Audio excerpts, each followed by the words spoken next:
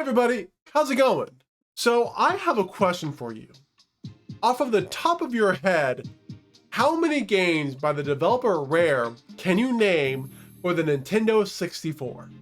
I'm willing to bet that most of you said the big ones. Banjo-Kazooie, GoldenEye 007, Perfect Dark even, the heavy hitters of course. And while those are some of the best games on the console, those aren't the ones I find myself being drawn to. See, I like games that are a bit more out there, ones that aren't as well known or as well discussed. And one of the games we're talking about today is a game called Force Gemini. Now this game is an oddball. While there are smaller communities online who do like the game and treat it as a hidden gem, there's a lot more people who either don't know about this game, or if they do, they only have a vague idea of what it is. Which is honestly really surprising when you consider who made it. Because when people discuss Rare and their legacy on the Nintendo 64, this game doesn't get talked about all that much. Which has led me to believe this is one of their more forgotten games on the Nintendo 64. And I want to know why. We open to a view of a big spaceship being piloted by a power suit wearing soldier, a blue-haired tech support woman, I'm assuming, and their dog. Our ship gets boarded by alien ants who fire on our heroes. This prompts a daring escape where we have an emergency landing on a jungle planet. After moving around for a bit, we get to meet a tribal leader and oh god, what is that thing? He looks like a green Furby that's been given sentience. Furby in Chief over here tells us that his people have been taken as slaves by the ant aliens, and he needs our help in rescuing them and putting a stop to whatever their plans are. We agree to help out and valiantly charge headfirst into the woods. Force Gemini is surprisingly a third-person shooter. You'll be running around level to level, shooting these different aliens with pistols, machine guns, and even plasma weapons.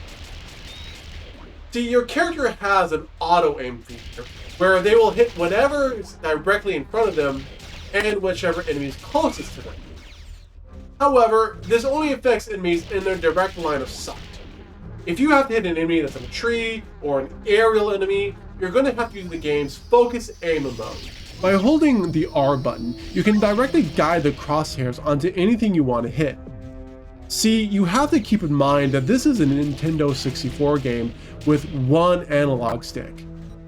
So, movement and shooting with complete control of the reticle are still a relatively new concept for home consoles. Third-person and first-person shooters on consoles were still in their infancy in the 90s.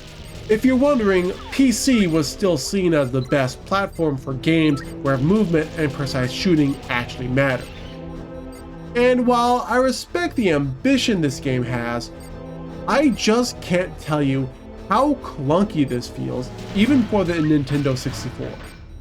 Running and gunning are fine. I can reliably hit most targets no problem. And while the frame rate sucks, I can get used to it after a while. But the focus aim mechanic is so bad. Not only is it inverted with no foreseeable way to alter it, the crosshairs always snap back to the center of the screen.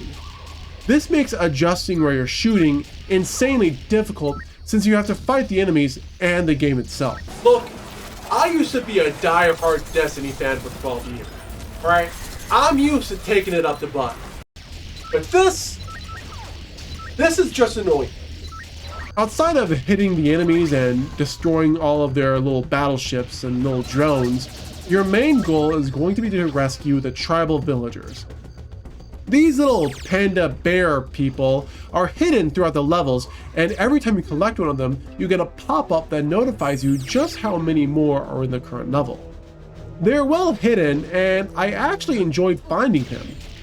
And thanks to the fact that there's a pop-up telling you how many are left, it's not as much as a chore as some people will say. Each area is a set path with different things to do, whether it just be take out the enemies, complete side objectives, or do something like classic.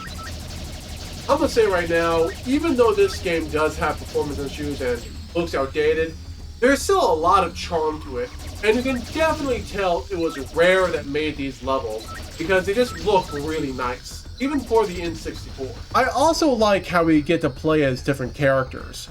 Juno is, of course, your classic space soldier, while Vela, his sister? Lover?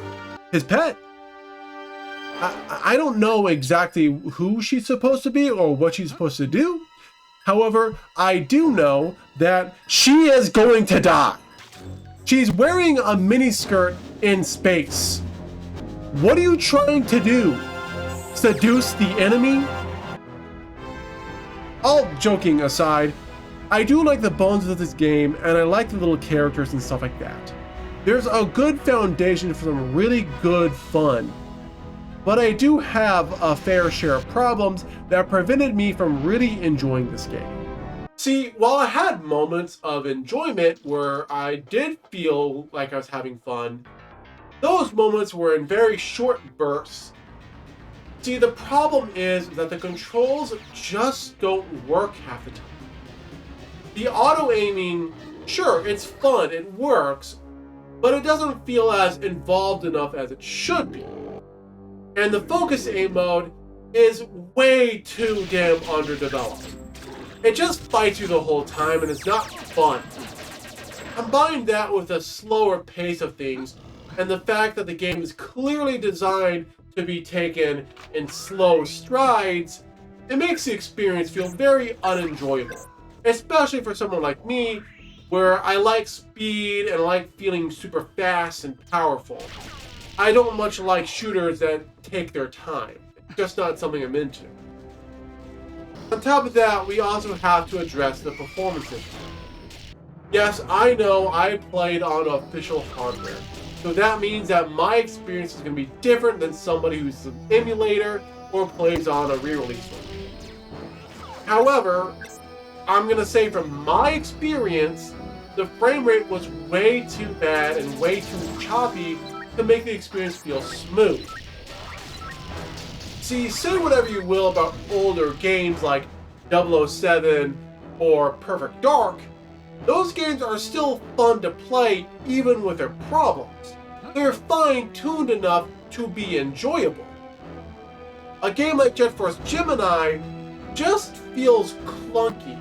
I like the different guns in the game, but it felt as if every time I got a chance to use them, I would run super low on ammo and have to switch back to using the pistol, which made new guns feel less special.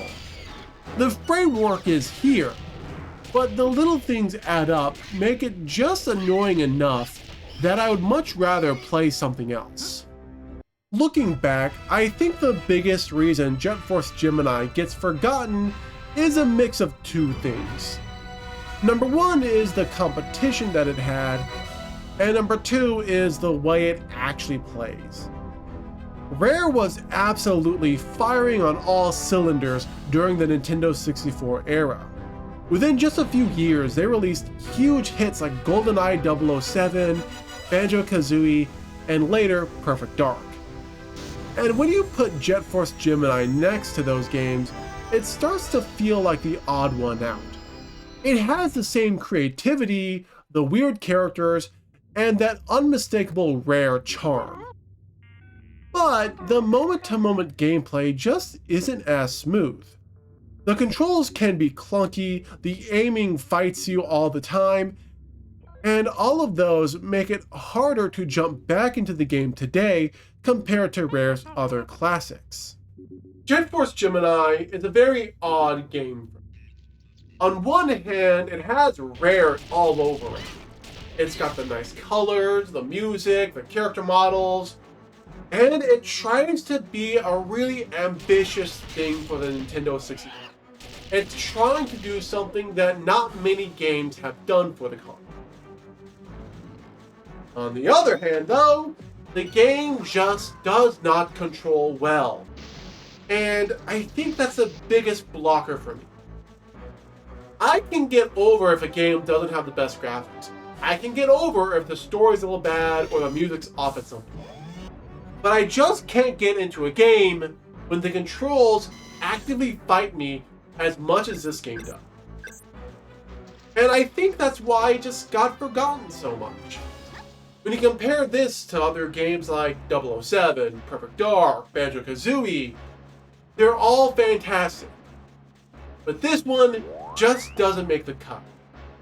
And I can imagine that when kids got their hands on it way back in the 90s, it just kind of felt like, eh. But you know, I've been doing some thinking, and I don't think these ant aliens are just that bad. I mean, in my opinion, they're way more trustworthy than this green Furby demon. Do you trust this green Furby man? I don't.